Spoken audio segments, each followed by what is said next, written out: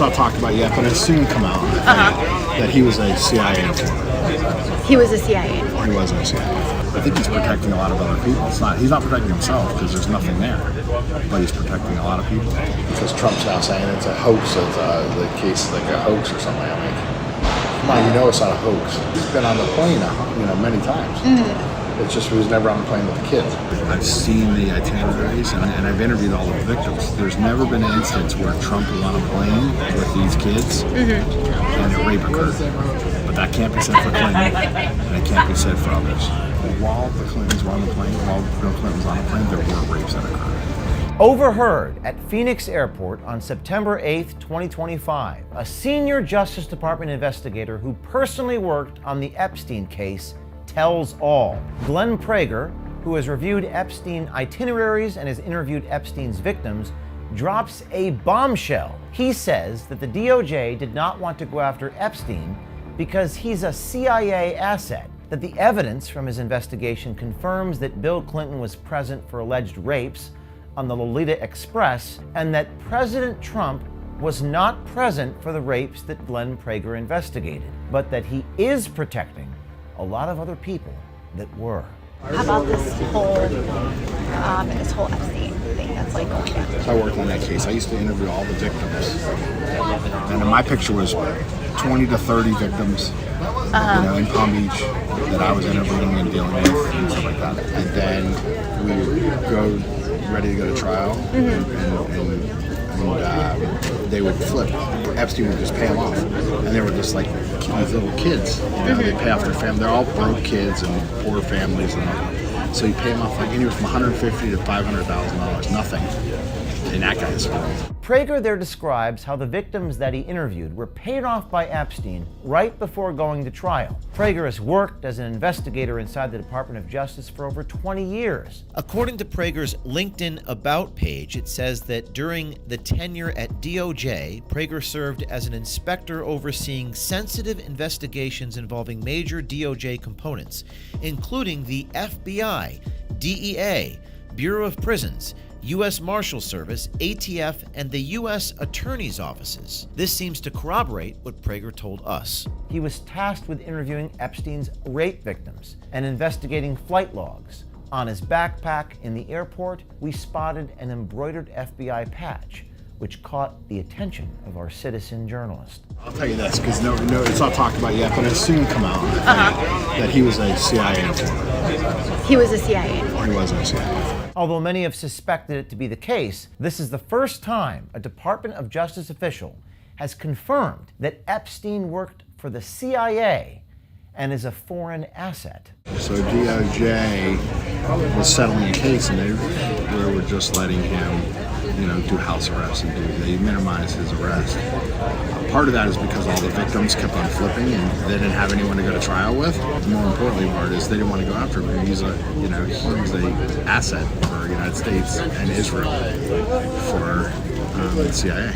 I just know that's what he was, and that's why he was protected so long for this. And people turned a blind eye about all this garbage that he was doing in the United States. He had a lot of secrets.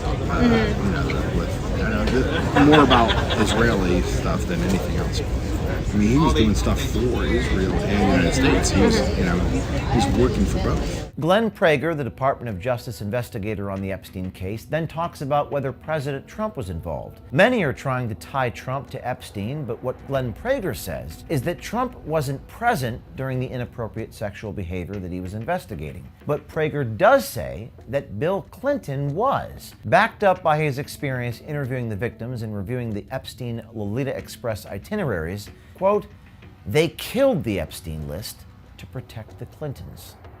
They claim that Trump's involved in the rapes and all that stuff, and he wasn't. I've seen the agendas, I've seen the itineraries, and I've interviewed all the victims. There's never been an instance where Trump was on a plane with these kids and a rape occurred.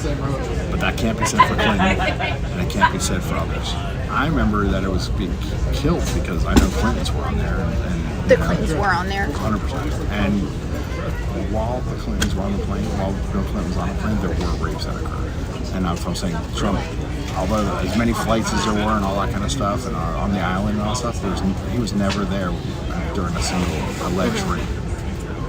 But Clinton for sure, and that's where the big cover-up was. The Department of Justice investigator inside the Trump Justice Department says that while Trump may not have been present during the crimes that Prager investigated, it is clear that Trump is, quote, protecting a lot of people. I don't know what's new that I have never seen that he's so hesitant to now show what's going on, and releasing all these files and stuff like that. I think he's protecting a lot of other people. He's not protecting himself because there's nothing there, but he's protecting a lot of people. The citizen journalist boarded American Airlines Flight 1634 and landed in D.C. Monday at 8 o'clock at night and proceeded to go to dinner with this man, this DOJ investigator, at a restaurant called Blue Duck Tavern.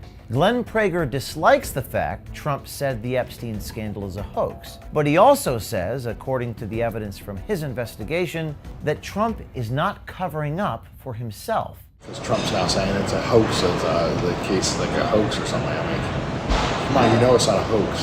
He says a lot of stupid stuff. He's been on the plane, many times. Mm-hmm. It's just he was never on the plane with the kids. People want to tie it to him and say he's covering up for himself, but he's not. Now, this is a very good thing for President Trump and seemingly exonerates him from many people who claim that he was doing something inappropriate himself. This dinner went on for an hour and 45 minutes as this Department of Justice investigator revealed things to a stranger that the leadership of the FBI and the Department of Justice has not. Prager revealed more information about Trump's hesitation to be fully transparent with the Epstein case, gave us some details about internal gripes against FBI Director Kash Patel from within the FBI, and he detailed a developing feud between Kash Patel and Attorney General Pam Bondi.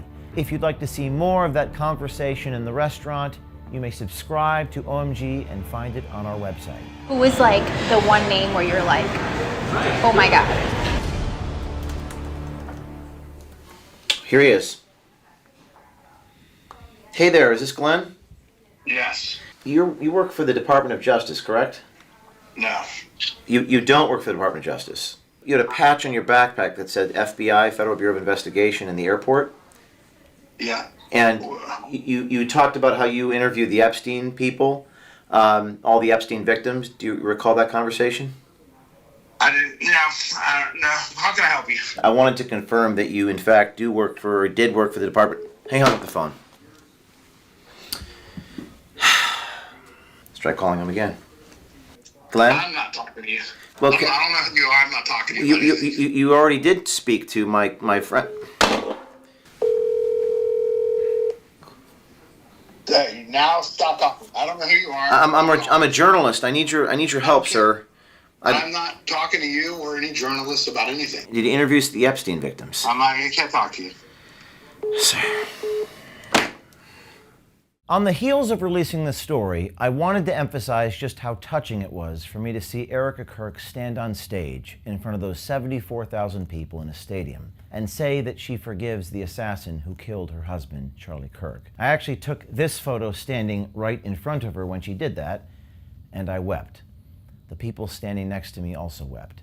In the couple days that followed since that Sunday, it dawned upon me that equally as important as forgiving those who trespass against us is for those of us, the living, to achieve justice and accountability for the bad actors behind the scenes corrupting this country. We must have a Department of Justice that is actually about justice. If we do not have any accountability for bad actors, good people, even God-fearing people, are going to resort not to forgiveness, but vengeance. We cannot allow that to happen.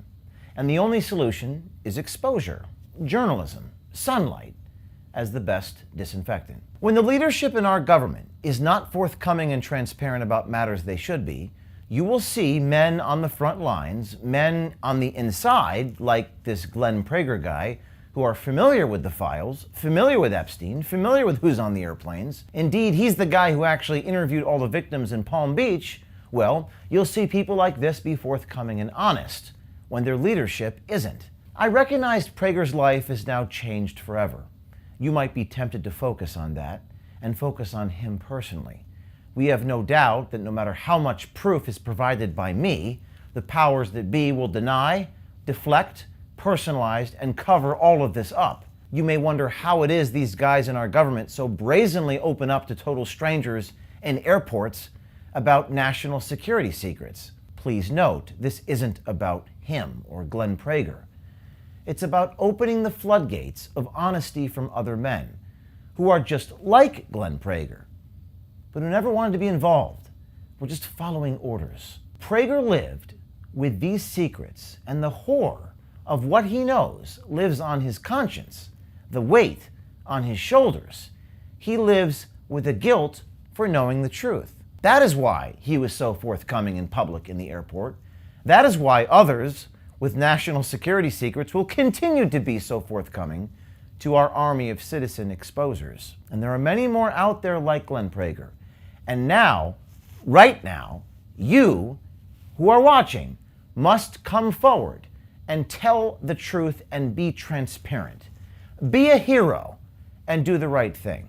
In the last few weeks, I've reached out to top officials of the Department of Justice repeatedly ahead of these reports. Our attorneys even sent a letter to the FBI Director Kash Patel. There seems to be more of an interest, generally speaking, in covering their ass instead of telling the truth. While we expect that of the previous administrations, we expect better of the Trump administration and those who campaigned on the promise of transparency. Now, I was advised that reaching out far ahead of time would lead to this story being suppressed, something that my team, and I dare say all of the people who actually voted for this administration, can't comprehend. But these reports are going to continue coming out, and they will not be partisan or political. They're going to cut across the political divide, because this is not a political mission, and I am not a political person. It is my mission to clean up society through transparency, accountability, and the truth. I wrote last week the legacy of Charlie Kirk is to do the right thing for the right reasons. And reflecting on his legacy, I saw a remarkable change within him in the last couple years, but especially the last couple months of observing him from afar and also knowing him personally. I reached out to Charlie to solicit his advice ahead of this story. I was expecting Charlie Kirk to express the same reluctance as the top DOJ officials relayed to me, the same officials that Charlie, no doubt, in some part or in some way, matter, shape, or form, helped to get their jobs in the first place. I told Charlie I was conflicted about what to do, and Charlie Kirk's last words to me were, "James, you should be a journalist first."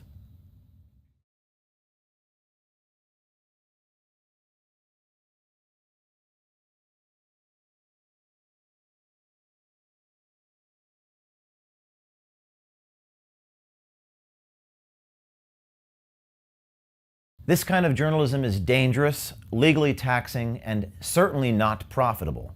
If we are to continue to uncover these dark truths, we need your help now. Please donate to our 501c3 nonprofit, Citizen Journalism Foundation, to continue funding these types of investigative reports. The nonprofit, again, is called Citizen Journalism Foundation. The donations are fully tax deductible, and information can be found at o'keefemediagroup.com/donate.